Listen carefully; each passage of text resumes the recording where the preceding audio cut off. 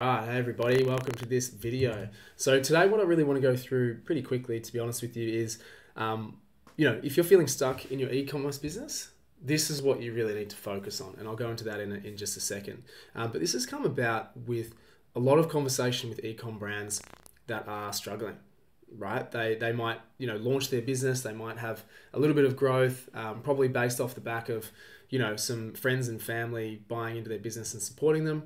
Then they might have a little bit of extra, growth as time sort of goes on, and then they're just kind of plateauing or even, dipping down month to month.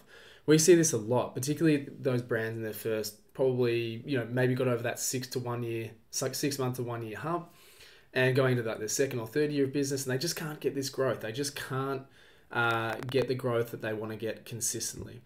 And if that's you, if you're feeling stuck in your ecom business, this is exactly for you. And this is a message for you off the back of our business success. We're now doing 500K a month in our ecom business. And we started from our kitchen bench. So we've felt the plateaus and we've felt the dips, not huge dips from our perspective, but definitely around seasonality we have. And some of our clients have done the same as well. They basically come to us and say, I'm in a slump. I don't know what to do. And what I say to them, once I sort of ask what they think the problem is, if they say they're not sure, they often say it's around my marketing. I just need to do more marketing. I need to keep pushing hard. I need more traffic, this, and this. And to be honest with you, they've got it confused. They've got it backwards. Like, you don't need more marketing if something fundamentally is wrong in your business. And so if this is you, if you think, oh, I just need more exposure, I just need more this, I just need more that, like you've got it backwards too. And so if you're stuck, this is where you really need to focus. You need to focus on your product. On your product. So what that means being able to deliver the highest quality product of what you're actually selling, the best possible experience that a customer can possibly have.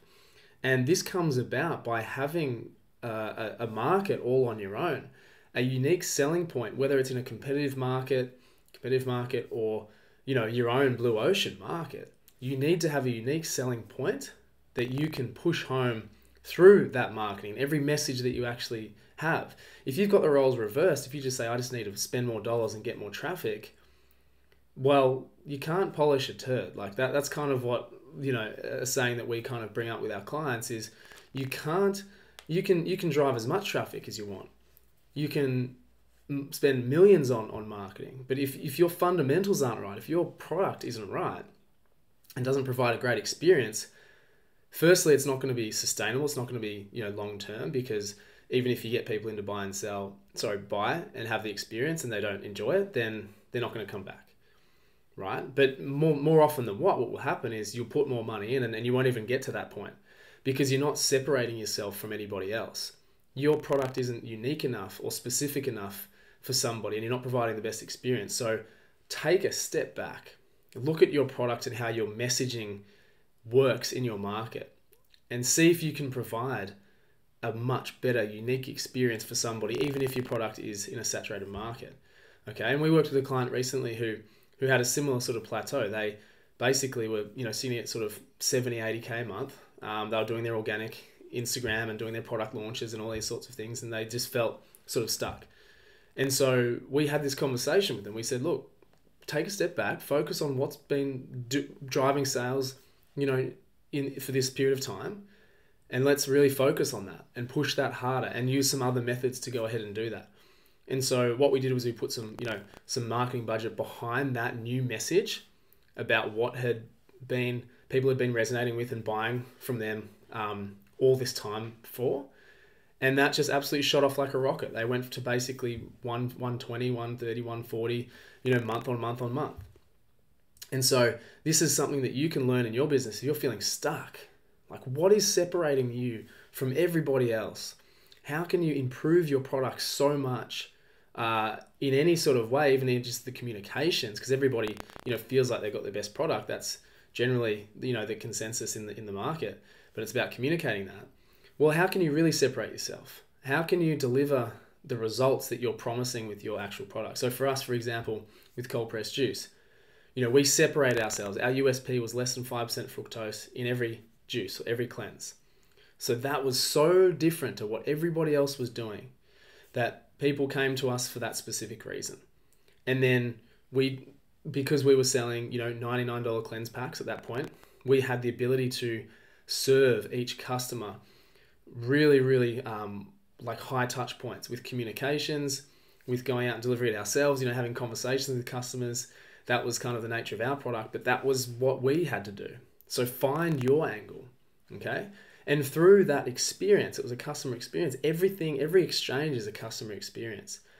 If you're receiving a package in the mail, I received this the other day and it was just a plain box, with no leaflet, nothing in it from the owner. I was like, that is a terrible experience.